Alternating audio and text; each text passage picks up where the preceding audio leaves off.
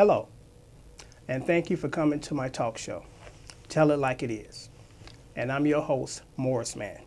My co-host, Joe Spencer, has the night off. We're going to do a special segment today, and that special segment is entitled Political Fluke.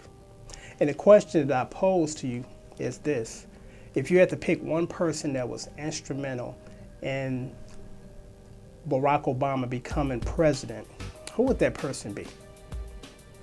Give it a few minutes. I think a good choice or a good answer is Oprah Winfrey or the Democratic Party, but actually they're not an individual, they're a group. But those are actually good choices, but actually that's not the correct answer. I'm going to name a person that you would say, wow, how do this person connect with the Obama campaign? And I'm going to proceed to tell you how this person is connected. And the person that I'm speaking of, and the person in mind, is this person. Now you might say, who is this person? Then some might say, oh, okay, I remember this person from Star Trek: The Next Generation. So how Jeri Ryan is connected to the Obama's presidency, or how did she have any type of influence in that? And I'm going to tell you why. It's an interesting story. It's like you kind of trace back the roots as far as where it started. Now, most of us that lived outside of Illinois, Barack Obama didn't get on your radar until he became senator, or actually he was running for president. But the people in Illinois, and I lived in Illinois during the time, they were aware of this young, charismatic, energetic Democrat.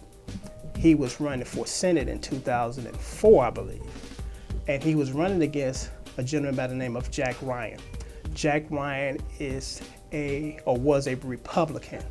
He was an investment banker. He was also a professor at Harvard University, where he earned his degree in business and law. Young, intelligent, charismatic.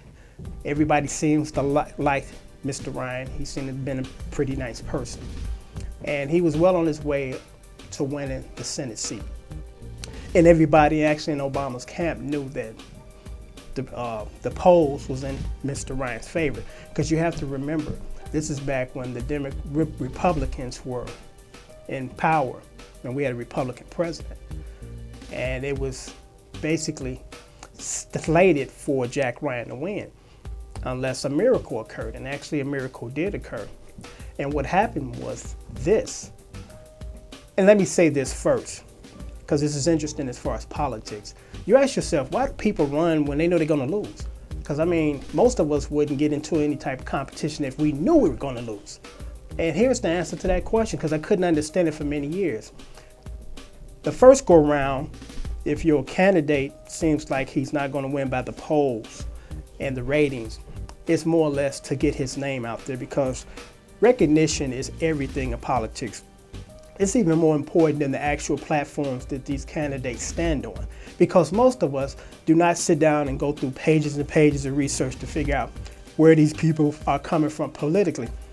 We just happen to see them on TV often, a lot of times, and we say, oh, they look really nice, they're really pleasant people, there's no scandal involved, so I'm going to vote for that guy. That's how basically most of us end up picking our candidates. But getting back to the story at hand, Jack Ryan was going to win the Senate seat. It was unanimous. And then something happened. Actually, two things happened, but the first one really didn't make an impact like the second one. The first one was this. The Jack Ryan campaign, they actually hired a guy to follow Barack Obama around with a video camera. They was hoping to find dirt. And as you know, they've tried that tired routine while he's in the presidency, trying to find dirt. You know, and he's just a guy that don't have any dirt. You know, him or his wife don't have any dirt. So it was kind of a backlash, or it backfired on the Ryan's campaign. But what really killed the Ryan's campaign is this. His wife at the time, Jeri Ryan, she was filing for divorce, and she dropped a bombshell. And her allegations was that her husband, Jack Ryan, was more or less a super freak. Now, there's nothing wrong being a super freak in your house, you know, amongst your consenting person, but apparently he was frequenting sex clubs, and this is really what kind of, I guess, buried his political life. She alleged that he wanted her to engage in sex with other men while he watched. So that killed his career. And the sexual scandals kill people's career more than, or quicker than anything. Remember Gary Hart, the guy that was about to become president in the 80s? And then that picture surfaced with him and the woman down on the beach, or should I say on the boats.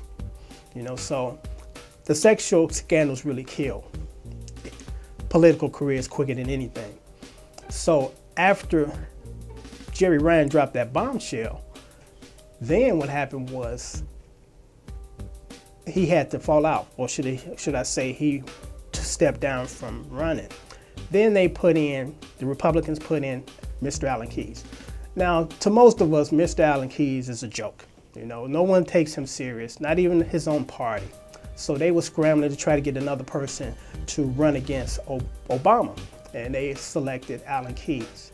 And of course, the rest is history. Alan Keyes lost, Obama won, he went to the Senate, then he ran for president, then he became president. So it's pretty interesting that, to me, one person literally changed the course of history, and that is Jerry Ryan. Well, actually, I guess her name is Zimmerman these days. But I just wanted to share that story with you, and I hope that you found it interesting. And until next time, as always, I thank you for coming to my talk show. Tell it like it is, and keep thinking.